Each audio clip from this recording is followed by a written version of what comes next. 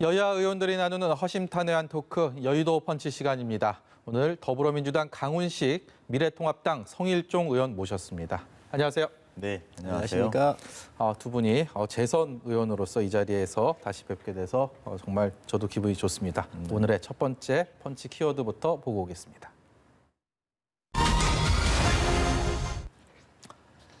네, 결국은 법사위입니다. 원구성 협상.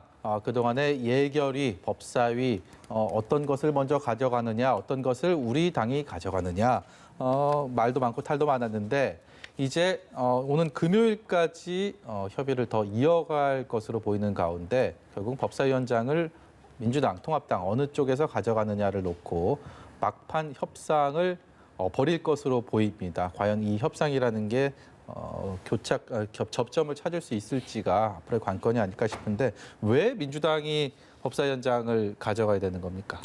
저희가 돌이켜보면 20대 국회에 생각나는 상임위 이렇게 생각해 보잖아요. 그러면 여야가 사실은 전반기, 하반기 바뀌기도 하고 이랬습니다만 유독 우리는 법사위하고 예결위를 기억합니다. 네. 국민들이 다 알고 있죠. 왜냐하면 거기서 통과 안 됐던 수많은 법들, 또 수많은 예산을 우린 기억하고 있습니다.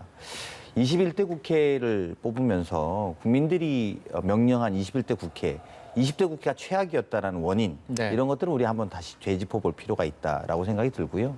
그런 면에서 보면 이제 어쨌든 180석, 퍼센테이지로야 저희가 많이 얻었다고 할 수 없습니다만, 그래서 겸손해야 된다고 생각합니다만, 그럼에도 불구하고 177석을 주신 명령은 할 건 하고 성과를 내는 국회가 돼야 한다.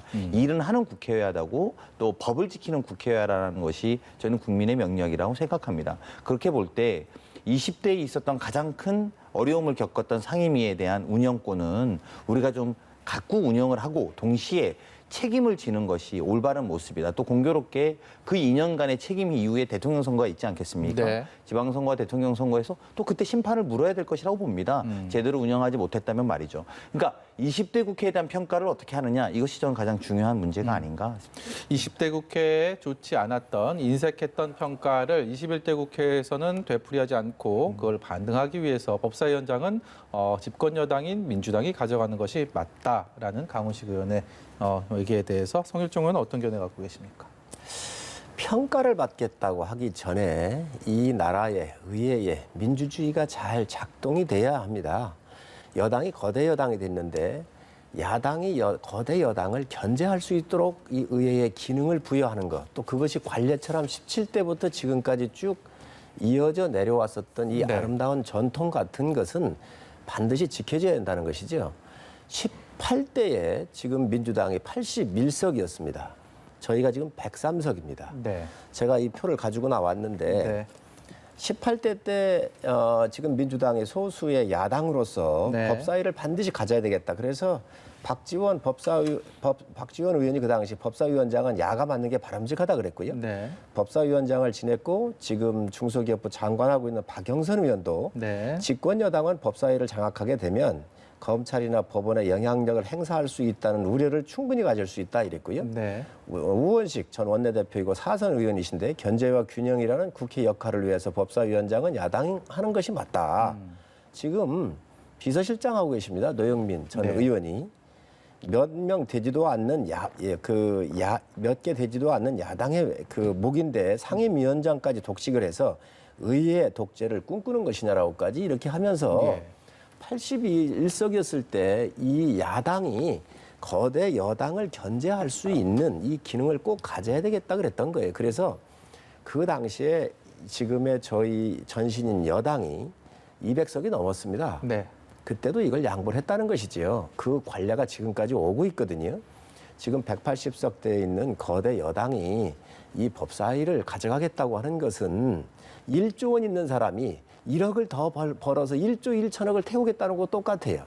그래서 이거는 바람직하지 않다고 보고 또 시스템적으로 보면 미국에는 상원과 하원이 있습니다. 하원에서 법안이 통과되면 상원에 가서 이 법안들이 잘 되어 있는지 심사하게 되어 있습니다. 그래서 우리도 상하원이 없기 때문에 다른 상임위에서 통과됐던 법들을 법사위에서 체계자구 심사권을 갖고 이것을 심사하고 있거든요. 그래서 올해 1월부터 5월까지 통과한 건수의 58% 정도를 체계 자구 심사를 했어요. 예. 그래서 그런 좋은 기능이 있다는 말씀 또 드리고 아까도 말씀드렸지만 그 야당의 유일한 견제의 수단이고 거대 여당한테도 야당이 이런 견제할 수 있는 기능을 부여하는 것이 오히려 여당한테도 건강한 여당이 될 수 있다고 생각을 합니다. 뭐- 이 책임 하는데 그 책임보다 네, 네. 그러한 잘못된 관행이라고 또 갈 수도 있는 이런 나쁜 선례가 될 수 있는 걸 만들지 말고 선례는 저는 아니고. 통 크게 양보하는 게 좋다고 말씀 많이 생각합니다. 하신 것 같은데 제가 좀 반발도 해드릴 테니까요. 그 관례로 따지면 우리 정치 나아지지 않습니다. 그리고 나쁜 관례는 빨리 깨야죠. 그래서 제가 멀리 안 갑니다. 20대 국회 집권당은 새누리당이지 않았습니까? 그때 첫 번째 법사위 새누리당이 했습니다. 한번 멀리 가지 마십시오. 지난번 국회 이야기입니다. 견제를 위해 했으면 왜 그때 더불어민주당 안 시켰습니까?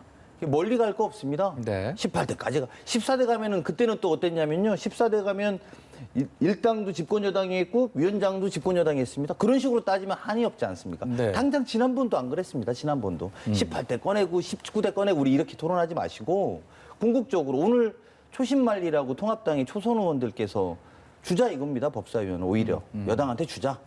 저는 그 소신 있는 초선들의 이야기에 대해서 당 지도부가 귀 기울여 들어야 된다고 봅니다. 통합당원들이 왜 그렇게 말했느냐? 초선 의원들이 이제 정책과 비전으로 토론하자.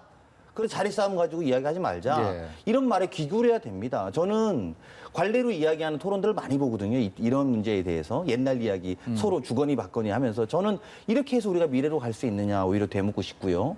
그리고 당장 20대 때 직전에 새누리당이 집권했을 때 전반기에 법사위원회는 새누리당이 했었다는 거. 네. 이거 하나로 우리 이야기 다 할 수 있습니다. 그러니까 이런 것들에 대한 토론을 이렇게 지난하게 하지 말고 조금 미래로 갈 수 있는 방향으로 했으면 좋겠어요. 제 말이 틀릴 수도 있습니다. 저는 뭐 다만 이것을 아름다운 관례인 양 직전에 바로 그렇게 했던 자기 부정을 하는 것은 옳지 않다고 좀 보고요. 예. 오히려 우리가 좀 법사위에 대한 문제점들이 정말 아까 우리 성우님께서 되게 존경하고 이러는데 말씀 중에서도 그런 말씀하셨습니다만 법사위원회가 상원 기능 같은 이런 말씀하셨잖아요. 그거 사실은 굉장히 서운한 이야기입니다. 다 같은 국회의원인데 내가 한 법안을 상원 의원이 또 맡겨준다는 거 아니겠습니까? 이건 사실은 개개인의 헌법기관이라고 말하는 모든 국회의원으로서는 굉장히 서운하실 수 있는 이야기다. 법사위가 아니면 좀 자존심 상할 수도 있는 그렇죠. 그래서 발언이겠죠. 오히려 네. 그런 체계자구 심사는 오히려 합리적으로는 국회의장 산하기구, 직속기구에 두고 체계자구를 심사해라 이겁니다. 예를 들면 우리가 좀 더 나은 방향으로 가려면 그리고 실질적 권한을 상임위, 해당 상임위에서 직접 가지고 국토위가 법을 바꾸면 국토위에 관련된 법이 바뀔 수 있도록 그래서 의회가 실질적 기능을 하는 것이 오히려 더 중요하다고 보고 저는 그런 의미에서 보면 물론 이 문제는 이제 결단의 문제입니다. 예. 사실은 협상의 문제라고 하기보다는 저는 결단의 문제고 우리 그 소위 국회를 이끄는 많은 다선 선배들이 또는 이번 특히 통합당의 초심말리 초선 의원들의 이야기를 귀 기울여 들어야 됩니다. 예. 왜 더 이상 법사위원회에 미련을 갖지 말고 위원장이 미련을 갖지 말고 들어가서 정책으로 승부하자는 그 어떤 패기 이게 지금 야당이 가져야 되는 패기다라고 정중하게 제안드리고 싶습니다. 정일정 의원 반론 지금, 듣고 예, 지금 굉장히 길게 하셨는데 20대에 우리가 법사위를 가졌다 그랬어요. 정확하게 확인하시기 바랍니다. 그 당시에 20대 국회의석이 민주당이 123석, 저희가 122석이었어요. 집권 여당이 저희가 한 석이 부족했어요. 그 무소속 당선된 사람 되면 저희가 일당이 될 수 있었습니다. 그런 저희 꼼수 안 부리고 국회의장을 법사위원장과 국회의장을 민주당이 요구를 했어요. 국회의장이 훨씬 더 큰 자리입니다. 그래서 저희가 국회의장을 드린 거예요. 양보한 거예요. 야당을 위해서.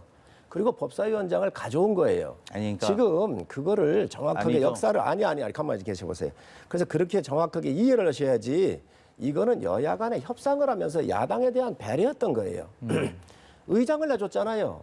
그게 여당은 그렇잖아요. 새누리당이 여당이에요. 그러니까 우리가 모두 여당이에요. 그래서 예, 야당한테 여당이고 저 법사위를 자, 여당이 했다니까요. 그렇기 때문에 그 상황을 말씀드리는 그러니까 거예요. 우리가 가져오는 대신 조그마한 법사위를 가져오는 대신 여당을 줬다는 것이죠. 그만큼 우리는 야당을 배려했던 거예요. 그 당시에. 예. 또 두 번째 이 조그마한 법사위를 가져가셨구나. 체계 자구 심사권을 국회의장 직속에 두자고 하는데 이라는 국회를 만들자면서요. 이 체계 잡고 심사권은 헌법 체계에 맞는지 우리나라의 법 체계에 중복되거나가 잘못된 게 없는지를 보는 거잖아요. 네. 그러면 이거를 입법에 대한 핵심 이 역할을 하는 게 누구예요? 본업이 국회의원입니다.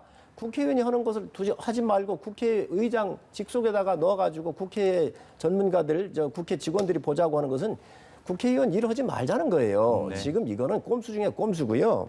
그래서 왜 아름다운 전통이 법률보다 나은 겁니다. 네, 제가 지금 말씀드려도 이 되나요? 부분도 지금 솔직히 그런 거 아닌가요? 지금 이 정권에서 공수처 지금 현재 이 상태로 가면 공수처가 안 되겠죠. 왜? 공수처를 추천하는데 5명의 여권에서 추천을 하고 야권에서 2명을 추천하게 돼 있는데 7명 중에서 2명이 비토권을 행사하면 그렇습니다. 안 한 되겠죠? 명이라도 예. 비토라면 안 되니 공수처가 안 될 거예요. 이런 문제가 있다가 보니 지금 법사위를 가져가서 여당이 원하는 법들을 빨리 통과시키고 싶을 거예요. 빨리 통과시키거나 그런 것이 아니라 왜 과정도 중요하다면서요. 늘 그랬잖아요. 민주주의의 프로세스와 과정을 중시했던 민주당이 야당을 설득을 해서 좋은 사람 내세우고 야당한테 양보해서 해야지. 민주주의 했던 사람들이 효율성 뭐 이걸 얘기를 하면서 이걸 17대부터 81석이었을 때도 가져갔던 민주당이 그렇게 지금 옛날 그 이야기를 이야기를 하면 한다 그러면 토론이 좋지 이게 않죠. 불리하면 네. 옛날 얘기 하지 말자 그러고 유리해도 그렇습니다, 지금 유리하면은 옛날 얘기를 하고 이러면 안 유리해도 된다는 거예요. 그렇습니다, 저는. 네. 원래 원칙을 딱 세워서 국민들한테 부끄럽지 않은 얘기를 그 하십시다. 원칙대로 말씀드리는 거예요. 그래서 원칙대로 새누리당이 아까 제가 뭐라고 설명하셨냐면 의원님이 집권 여당을 견제하기 위해서라고 표현하셨어요. 그래서 법사위를 우리가 해야 된다.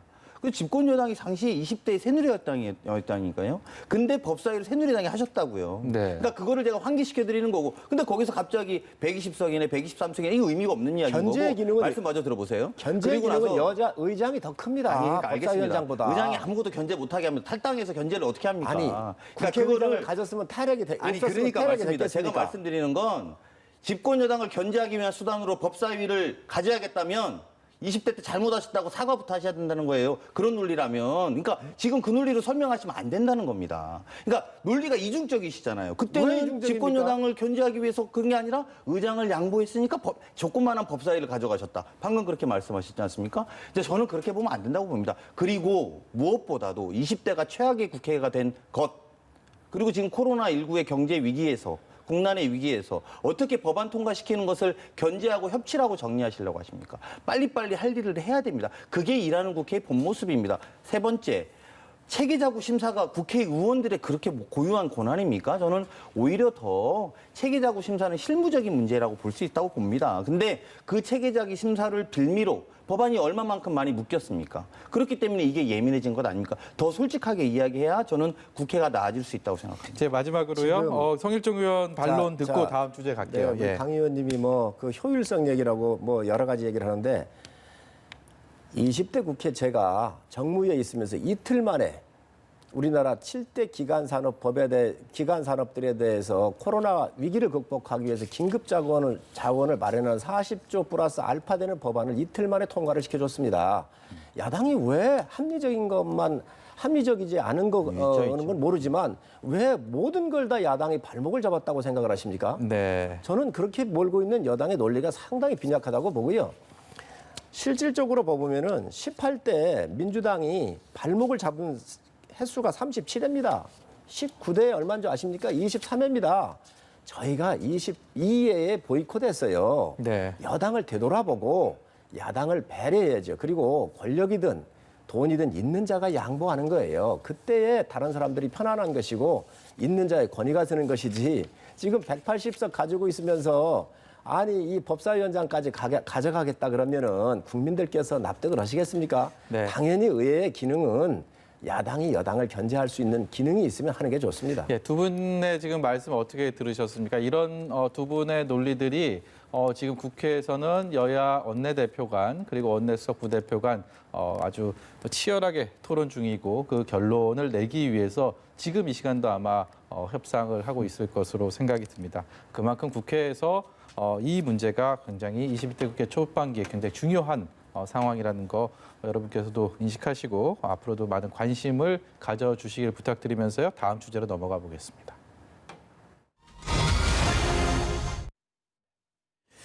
네, 기본소득입니다. 기본소득. 뭐 보편적인 복지가 과연 사회적인 화두로 떠오르면서 뭐 어떤 계층이나 그리고 소득 수위 수준 이런 것들을 감안하지 않고 동일하게 최소 생활비를 보장해주는 그것을 기본소득이라고 하는데 처음에 화두는 김종인 통합당 비대위원장이 던졌습니다. 그리고 그 기본소득에 대해서 민주당의 차기 대권, 당권 주자들이 저마다 앞다퉈 입장들을 내놓으면서 다시 주목을 받고 있습니다.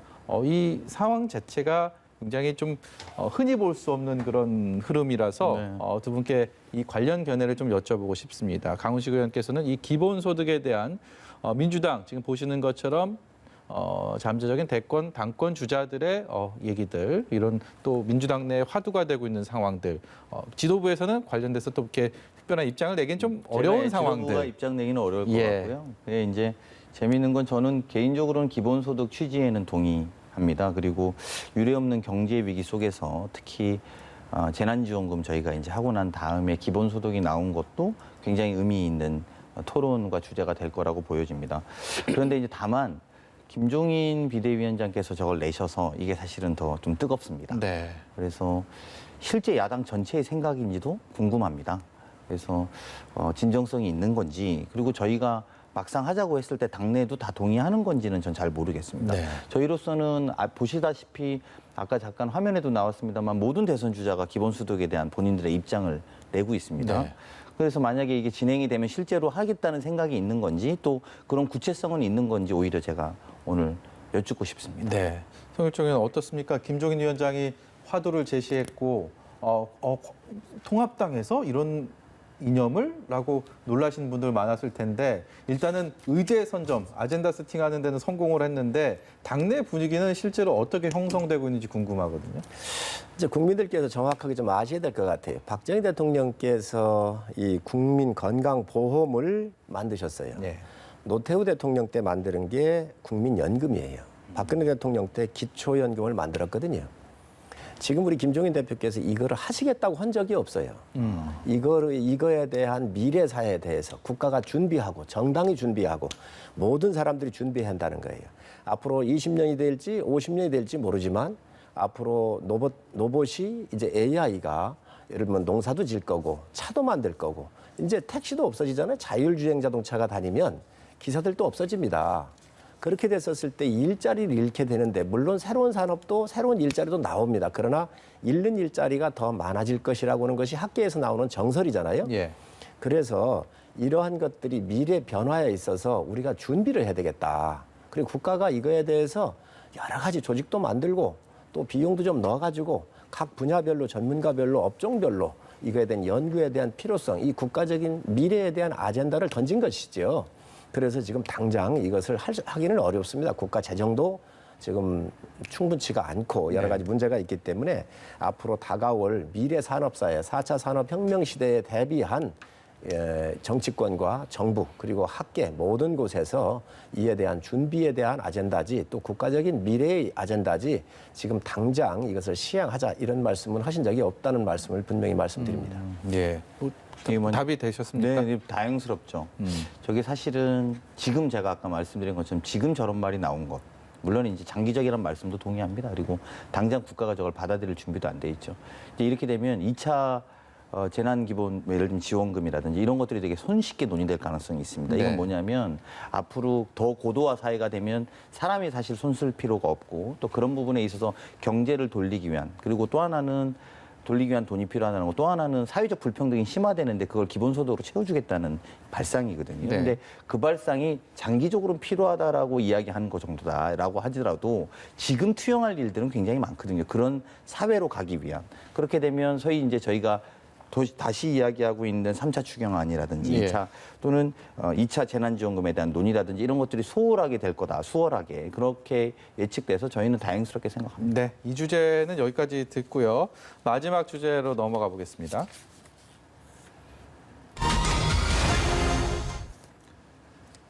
네, 북한이 돌변했습니다. 오늘 새벽에 김여정 노동당 제1부부장, 김정은 국무위원장의 여동생이죠. 김여정 부부장이 모든 남한과의 연락 수단, 통신선 모든 것을 끊겠다라고 선언을 했고 실제로 보시는 것처럼 모든 것이 끊겼습니다. 청와대와 노동당 간의 한 라인도 끊겼고요. 실제로 공원 한 대로 북한이 모든 것을 단절을 했습니다. 1, 2년 전만 해도 남북 간의 화해 모드가 또 한반도의 평화 모드가 드려져 있었기 때문에 지금의 상황들 혹시라도 뭐 군사적인 도발이 이어지지 않을까 두려움이 실제로 일고 있습니다. 여기에 대해서 민주당과 통합당 정치권에서 다른 해석들을 내놓겠습니다. 민주당에서는 우리가 그동안 북한과 했던 약속들을 지키지 않았고 그런 기반들이 안 됐기 때문에 북한이 저런 행동에 나서고 있고 그래서 민주당이 국회가 여기에 대한 노력을 해야 된다. 그리고 통합당에서는 얼마나 남측이 우리나라를 우습게 봤으면 북한이 저렇게 나올 것이냐. 그동안의 정책이 잘못됐다라고 주장을 하고 있습니다. 성일종 의원께 먼저 여쭤보겠습니다. 이 사태 본질, 해결 방안 어디에 있다고 보십니까? 제가 볼 때는 우선 우리가 북한을 정확하게 이해해야 된다. 이거는 우측 정부든 좌측 정부든 그 상관없이 저는 이해를 해야 한다고 생각을 해요. 우리 대한민국이 북한을 공격한 적이 있습니까? 도발한 적이 있습니까? 없습니다. 항상 천안함을 비롯해서 북한이 우리 대한민국을 공격하거나 여러 가지 문제를 일으켰었지 우리가 일으킨 적이 없습니다. 그래서 이런 사태, 이런 행태가 지금만 있었던 게 아니고요. 옛날에 여러 정부를 거치면서 다 파괴했던 게 북입니다. 네. 언제든지 조변삭게 한 게 북입니다. 이 아주 이런 행태를 우리 문재인 정부가 정확하게 이해하고 했는가?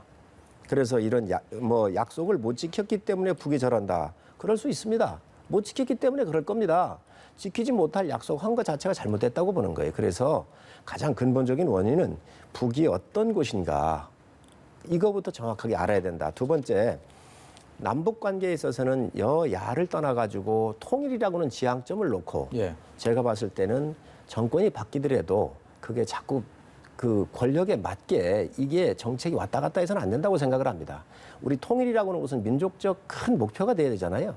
그러나 정권이 바뀔 때마다 좌면 좌, 우면 우, 자기들의 편한 쪽으로 자기들이 쉽게 가기 위한 또 정권을 유지하기 위한 수단으로 이용하지 않았나 하는 것들을 지금은 돌아봐야 한다고 생각을 합니다. 네. 지금 북이 이런 대응을 하고 있는 것 같은데 아마 어떠한 도발을 할지도 모르지요. 늘 이런 형태가 일어났으면 도발을 했기 때문에 지금이라도 정부가 냉정한 판단 위에서 북이 어떤 행동을 할지 잘 감시하면서 대책을 전 세워야 된다고 생각을 합니다. 문재인 정부의 여러 성과들 중에서 남북 간의 어떤 화해 모드, 한반도의 평화 모드는 상당히 중요한 부분이고 여러 평가를 또 후대에도 받게 될 텐데 그렇기 때문에 북한의 이런 변화된 상황들이 조금 더 여당이나 집권 여당이나 정부 입장에서는 좀 아플 수 있는 부분이 아닌가 싶습니다. 어떤 것들을 좀 개선해 나가야 된다고 보십니까? 그 말씀하신 것처럼 2018년 4월 27일 날 남북의 정상이 합의한 항목이 여러 개 있는데요. 그중에 두 번째가 이제 일체의 적대 행위를 중단하자 네. 평화를 하기 위해서 그랬던 거거든요. 엊그저께 나왔던 장면에 보면 제북 전단지를 뿌리러 가니까 그 지역 주민들이 막습니다. 네. 위협을 느끼는 거죠. 이렇게 전쟁으로 이어질 수 있는 행위들은 하지 말아달라라고 이제 동네 주민들이 나서서 막고 있는 것 아닙니까? 그래서 그때 거기에 보면 그 남북 정상이 모인 합의문의 두 번째 항이 첫 번째가 아마 그런 걸 겁니다. 확성기나 전단살포 등 이런 것들을 하지 말자 네. 이야기를 한 거죠. 그리고 실제로 5월 1일부터 확성기를 철거했습니다. 그러니까 저는 이 부분에 대해서 실제로 그 접경 지역에 계신 분들은 생존의 문제일 수 있는 거거든요. 그렇죠. 그래서 예. 그런 부분에 대해서 너무 이렇게 우리가 좀 그러니까 좀 이 상황에 대해서 너무 안일하게 생각하지 말고 약속을 남북의 정상이 했으니까 지키는 노력은 해가고요. 또 그 노력이 2년 동안 잘 안 됐다고 해서 북한이 저렇게 과도하게 나오는 부분에 대해서 왜 그럼 우리는 이렇게 굴종적으로 가만히 있느냐 이렇게 말하지만 사실 그때쯤에 어떤 이야기가 있었냐면 제가 한 가지 말씀드리고 싶은 건 김정은 위원장이 조 바이든 부통령한테 지금 이제 미국의 민주당 대선 주자입니다. 네. 미친 개라고 운운합니다. 예. 그리고 굉장히 공격적으로 이야기하죠. 근데 트럼프 대통령도 그렇고 조 바이든도 그렇고 그 당시에 아무도 이 문제에 대해서 굴종족이다라고 미국 내 이야기하지 않았습니다. 오히려 뭐라고 하냐면 트럼프 대통령이 의장님 이렇게 표현합니다. 위원장님 이렇게 표현하면서 트위터를 날리죠. 네. 그리고 조 바이든도 나는 당신이 나한테 한 공격은 되게 명예로운 공격으로 생각하겠다. 이렇게 이야기합니다. 이건 무슨 말이냐면 평화를 위한 세계 지도자들의 결단과 의지입니다. 그래서 저는 이 문제에 대해서 우리가 같이 싸우자. 자존심도 없냐라는 것들을 좀 경계해야 된다. 하지만 북한 또한 지금 이렇게 일어난 일에 대해서 저렇게 즉각적으로 반응하는 것에 대해서 좀 자제해야 된다. 저는 이렇게 생각합니다. 예. 분명한 이것은 남북 관계에 있어서 국민의 자존심에 상처가 가는 일이 있어서는 안 되겠다. 그리고 굴종하는 모습으로 가가지고 국민 동의를 받기가 어렵다는 것이지요. 지금 국력의 차나 또 우리가 그동안 당해온 여러 가지 이력들이 있지 않습니까? 예. 지금 김여정이가 지금 여러 가지 뭐 말 한마디 하니까 그에 따르는 이 방지법을 만들겠다. 풍선 널리고 하는 방지법을 만들겠다. 이게 4시간 반 만에 나왔다고 그러는데 네. 결코 바람직하지 않습니다. 왜 저 사람들은 늘 그래 해왔기 때문에 우리의 국민의 자존심의 상처를 받지 않도록 또 이 남북 간에 대화하고 미래를 가기 위해서 여러 노력을 해야지요. 그거를 누가 반대하겠습니까? 그러나 국가라고 하는 것은 국격이 있고 국민에 대한 자존심이 있는 거예요. 정권은 그 국가를 보유하면서 국민의 자존심을 드높여주는 것이 굉장히 중요하거든요. 예. 그렇기 때문에 지금 대한민국 정부가 북에 그동안 한 거 보십시오. 엄청나게 많은 돈을 지원을 했고 북을 잘 살기 위한 노력을 꾸준하게 해왔습니다. 그래서 이러한 것들의 기조하에서 우리 국격을 잃지 않는 범위 내에서 저는 해야 한다고 생각을 합니다. 예. 오늘 어떻게 보셨습니까? 저는 오랜만에 두 분 모셔서 굉장히 가운데서 난감하면서도 굉장히 재미있었습니다. 국민 여러분들께서 지금 정치권에서 여러 치열하게 벌이고 있는 협상들, 협의들 정말 관심 있게 애정 어린 눈으로 지켜봐 주시기를 바라면서 오늘 말씀 여기까지 듣도록 하겠습니다. 네. 지금까지 민주당의 강훈식 의원, 통합당의 성일정 의원이었습니다. 고맙습니다. 네, 감사합니다.